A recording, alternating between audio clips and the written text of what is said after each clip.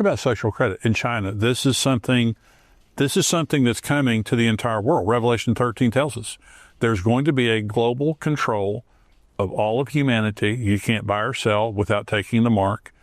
And so talk about that. Talk about the level. And I heard someone say, you can't have that beast system without having some type of super intelligence that's regulating that system. Well, I think, yes, China was at the forefront of rolling out this control platform, I call it. And it includes, cameras, video surveillance. It includes photographic interpretation and surveillance. If you've seen sample footage of what the social credit score system and the surveillance system looks like in China, you'll see that as there's throngs of people, each one has a little box. Sometimes it's a green box, sometimes it's a red box. Yeah. And if you look very closely, there's little clues as to what exactly is going on with that person that's been identified. And you can very much see that because China has a digital yuan, they can tie the, I would say compliance is the best word to use, right, with the policies of the CCP to a monetary throttle. You obey, you get good things, you get rewards, you get permission. Yeah. If you do not comply, you get torqued down. You can't fly in a plane. You can't spend your funds in the way that you had freedom before. So this is the proof case. It's stage setting, and it's ominous in terms of its capability and increasingly its rollout throughout the world. Because look, if you've gone through a port of call, international flights, even in the U.S., and you'll notice there's cameras everywhere. They're studying your face and they're associating that with your passport. Yes. And these systems are also here. So it's just that we don't see it on this side. They're much more secretive about it, I think, in my opinion. So, well, the Antichrist will make communist China look like a Sunday school party. Yes, absolutely. And so, but communist China, this is a story that I heard, Scott. This is an example of social credit and how powerful it is. A guy jaywalked in China. They took his facial recognition software, discovered who he was.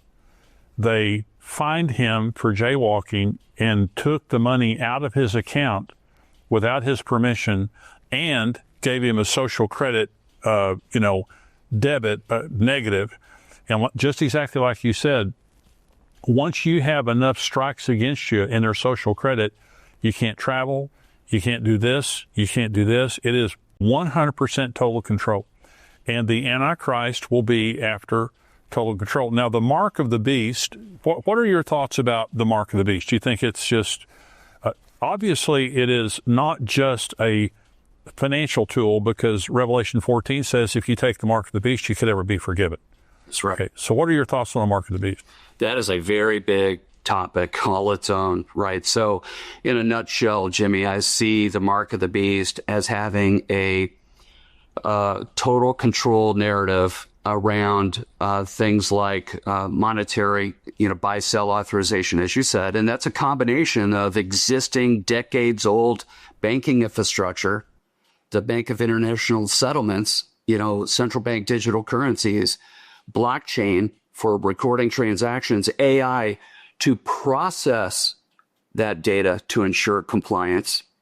And all of it kind of forms a working pyramid that is ending up, in my opinion, the oligarchs and others will be giving over control of the AI that is actually going to be used by the Antichrist as a form of fealty.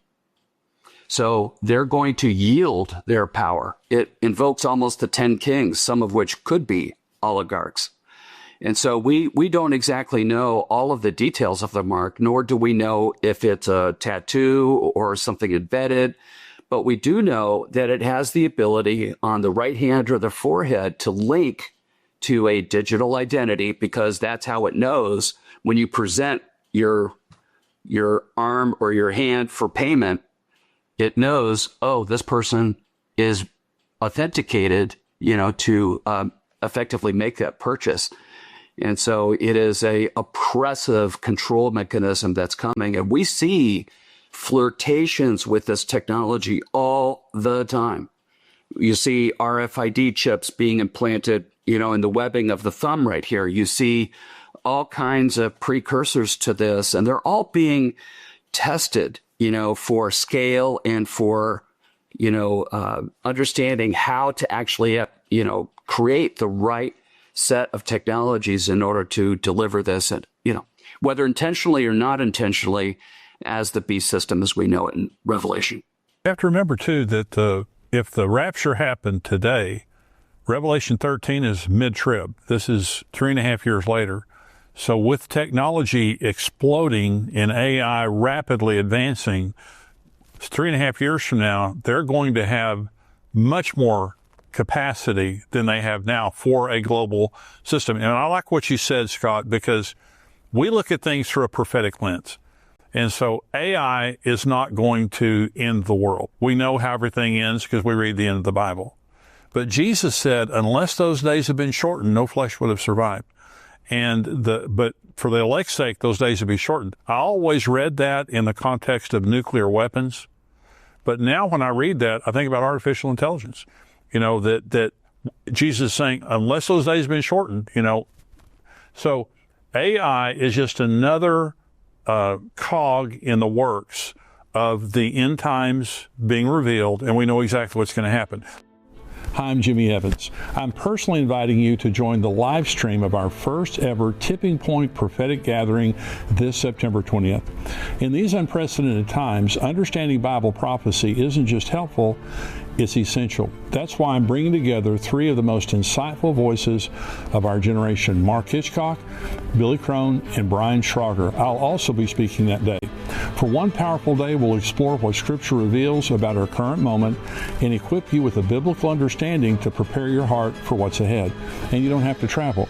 You can participate from home for just $49 or completely free if you're one of our paid subscribers using the special discount code provided. Connect virtually with thousands of believers who share your passion for God's prophetic word. Don't miss this opportunity. The signs are clear. The time is now. Register today for the Tipping Point Prophetic Gathering live stream and be spiritually prepared for these critical days. Let's go to this next video. This is Paul Tudor Jones, and this is a YouTube video. These are some clips from a YouTube video, and again, he's warning about the dangers of AI. AI clearly poses an imminent threat, security threat, imminent in our lifetimes to humanity. And they said the competitive dynamic is so intense among the companies, and then geopolitically between Russia and China, that there's no agency, no ability to stop and say, maybe we should think about what actually we're creating and building here. One of the propositions was there's a 10% chance in the next 20 years that AI will kill 50% of humanity. So there's a 10% chance that AI will kill 50% of humanity in the next 20 years. All four modelers were on the agree side of that. All four of the leading developers of the AI models were on that side. What's the optimistic case? Abundance, no shortage of goods and services for anyone on earth. The sort of 10-20% probability of something terrible happening. So 10% probability of what happening? Something terrible. Which is like, how bad is something terrible? Like extinction. Elon Musk 2 years ago, in fact, 2 years and a month ago, it was April 2 years ago, 2023, he and a bunch of other tech bosses and engineers from Meta and Google and Microsoft and whatever signed an open letter. Steve Wozniak, one of the founders of Apple, signed an open letter saying we need to have at least a 6-month pause on the development of AI technology beyond what was then GPT-4 because it is moving too fast and we haven't had any time to regulate it or to seriously discuss the effects of this and what it's going to look like at the end. And that didn't happen, and we are fast hurtling towards a world where we could be in serious trouble. Okay, Scott, so Paul Tudor Jones, it starts with him He said AI clearly poses an imminent threat, imminent to the lifetime here in humanity. And so what do you think about, because they're all saying, and then Paul Tudor Jones, 10% chance the next 28 years that AI will kill 50% of humanity, and Elon Musk talking about the problems and all of that. What do you think about that when they're saying basically an existential threat that's really going to get worse? It's just going to get more intense as AI continues to progress. What do you think about that? So I think it's important to realize who is actually making these statements. This is a secular worldview that is devoid of a biblical worldview. And the problem with what they're saying is that, yes, AI from their perspective is the greatest threat to humanity, and there's reasonable evidence to prove that it could be true. However, we know in the Bible that it is God that we should fear, not AI. So what is responsible for, massive destruction and death is the Lord's judgments, coming in the form of the progressive seal judgments, the trumpet judgments, and the bowl judgments as God pours out his wrath on the world that is left behind after the rapture. And of course, after the rise of the white horse, the Antichrist and the first seal. So I see this, Jimmy, from a kind of a watchman's point of view. Yes, I get the AI part, but where my focus is really to fear the Lord, to make sure we understand what it means to be a functioning member of the body of Christ, to be prepared as a bride. These are things that we have to keep in mind, to be about the Father's business every day, because time is getting shorter. We are one day closer than when we first believed. Even though no one knows the time, the day or the time, we still see the signs of this coming. And the secularists are ringing a bell of fear, uncertainty, and doubt about humanity's future. And if we can unpack the Hegelian dialectic for a minute and just understand that there's the thesis, the antithesis, and the synthesis between the two, I see this as a steering mechanism to get people to buckle and comply with the directives, the oppressive control narrative that's coming, that's here now and is going to increase as the birth pangs continue to increase in the future. Absolutely, and I appreciate your perspective on that. We know the future. The importance of Bible prophecy is exactly a time like this where you have AI or any other thing that someone can, claim as an existential threat. You've got to be ready. You've got to do all this. We know the future, and what we know is Jesus is coming. The rapture is going to come, and Jesus said it would be like the days of Noah and Lot. And he tells us very specifically what the signs will be. We don't know the day or the hour, but we know the season. We know the signs of the times, and they're here. In the tribulation, Scott, over half of humanity will die. That's right. But they're not going to die directly through AI. They're going to die through the judgments of God. That's right. So it's not AI that's going to do the damage. It is God. It is the judgments of God on a rebellious, unbelieving world during the tribulation. Now, we know that the Antichrist is going to kill probably millions of believers during the tribulation. AI could play a part in that, right? Mm-hmm.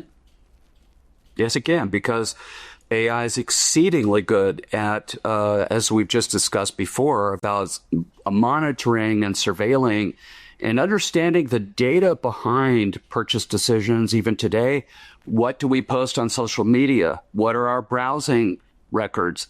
I mean, it's a fact that Google just about controls all the data in the world, right? Oh, yeah. They've been collecting data for decades. Yeah. So it's not a stretch to think that they already know who all the believers are with a biblical worldview. And so It's trivial to identify them in order to actually target them for persecution, oppressive policies, and other restrictions going forward. About 5 years ago, I was in Phoenix, and we were at this conference, and they were talking about metadata. and they were talking about churches using metadata to market basically to their community. And they said, if you've got a city of 1 million people here, you don't need to market to 1 million people. Even if you bring it down to a few zip codes around your church, they said, we can tell you exactly who you need to market to because we know the believers, the unbelievers, we know their shopping habits, we know this, we know that. And when I left that conference, that was before, OpenAI and, DeepSeek and all this stuff was out there, and they knew everything about you. And so this is going to be amazing in its ability to control. And that's the main thing we're trying to say, is that the Antichrist could very well use AI, and I believe he will, to deceive, number one, but also to control. But God's still in control during the tribulation. And the greatest amount of damage, the judgment that's going to come during the tribulation is going to come. Revelation chapter 6 calls the tribulation the wrath of the Lamb. And that's such an interesting statement. The wrath of the Lamb has come. And so God's judgment is going to be poured out. And like you said, we fear God. We don't fear AI, we fear God.